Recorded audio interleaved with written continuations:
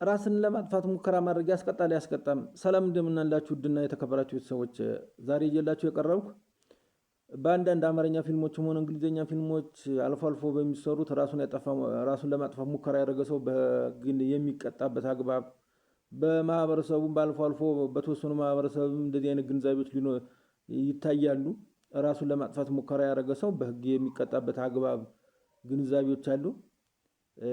በሌሎች ሀገር ህጎችም ሊኖር ይችላል። ነገር ግን ከኢትዮጵያ ህግ አንጻር ከዚህ ቀደም በነበረው የወንጀለኛ መቅጫ እንደዚህ አይነት ኮንሴፕት ነበር። ነገር ግን አሁን ተሻሽሎ 1996 ተሻሽሎ የወጣው የወንጀል ህግ ራስን ለማጥፋት ሙከራ ማድረግ ያስቀጣል በሚል በግልጽ የደነገገው የለም። ይህም ካየሁት ከተጻፉት አልፎ አልፎ ከተጻፉት ነገሮች አንድ ሰው ራሱን እንዲያጠፋ ለማጥፋት ሙከራ ሲያደርግ በህግ ቢጠየቅ ራሱን ለማጥፋት አስቦ በድርጊት ሰው ማስጠሎት ሊሆን ይችላል። በራሱ ፍላጎት ይህን ሐሳብ ትቶት ከሆነ በህግ የሚጠየቅ ከሆነ ለምሳሌ ራሱን ለማጥፋት ሙከራ አድርጎ ሰዎች አስጥለውት መክረውት ሐሳቡን ትቶት ቁጭ እንዳለ ራሱን ለማጥፋት ሙከራ ያደረገ ሰው አለ ብሎ ፖሊስ ሊይዘው ቢመጣ ያ ሰው ከሚያዝስ እዚያው ራስን ባጠፋ ይሻላል ብሎ ራሱን ለማጥፋት የተሆነ ሐሳብ አስቀጥሎት ራሱን ሊያጠፋ ይችላል።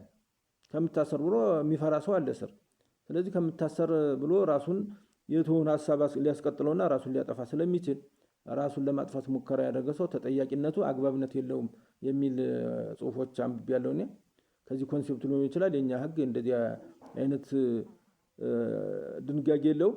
ነገር ግን በዚህ በወንጀል ህጉ 1996 ተሻሽሎ በወጣው የወንጀል ህግ አንቀጽ 542 ላይ በግልጽ የተቀመጠው ምንድነው? አንድ ሰው ሌላኛውን ሰው ራሱን እንዲያጠፋ የገፋፋው ያነሳሳው እንደሆነ የሚጠየቅ መሆኑን አስቀምጧል። ይህ ማለት ራሱን እንዲያጠፋ የተለያዩ ቃላቶችን መናገር፣ ለምሳሌ ጥፋቱን እያነሱ ማጋነን፣ በቃ ተስፋ ማስቆረጥ፣ አንተ እንዲህን ሰርተ ከምትኖስ ብትሞት ይሻላል አይነት ለተናጋሪው ቀላል ሊሆን ይችላል። ነገር ግን እንደዚህ አይነት ንግግሮች ሰዎች ራሳቸውን እንዲጠሉ ያደርጋል። እንደዚህ አይነት ንግግሮች ራሳቸውን እንዲጠሉና ራሳቸውን ለማጥፋት እንዲሄዱ ያደርጋቸዋል።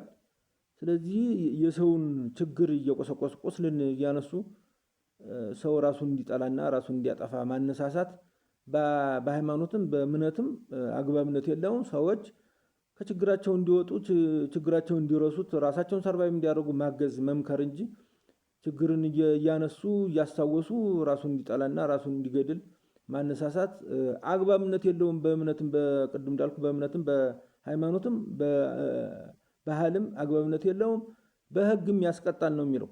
በህግም እንዲህ አይነት ተግባራት ያስቀጣል ነው የሚለው። ስለዚህ እንዲህ አይነት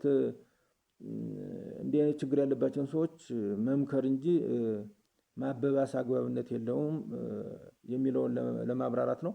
አመሰግናለሁ። ይሄን ቲክቶክ አካውንት ፎሎ፣ ላይክ፣ ሼር አድርጉ። ኮሜንት ሴክሽን እየገባችሁም አስተያየት ስጡ። ዩቲዩብ ቻናልም አለ፣ አድራሻው ተቀምጦላችኋል። በዚያ እየገባችሁ ተጨማሪ የህግ ማብራሪያዎችም አሉ። እነዚህ ያያችሁ ሰብስክራይብ አድርጉ። አመሰግናለሁ።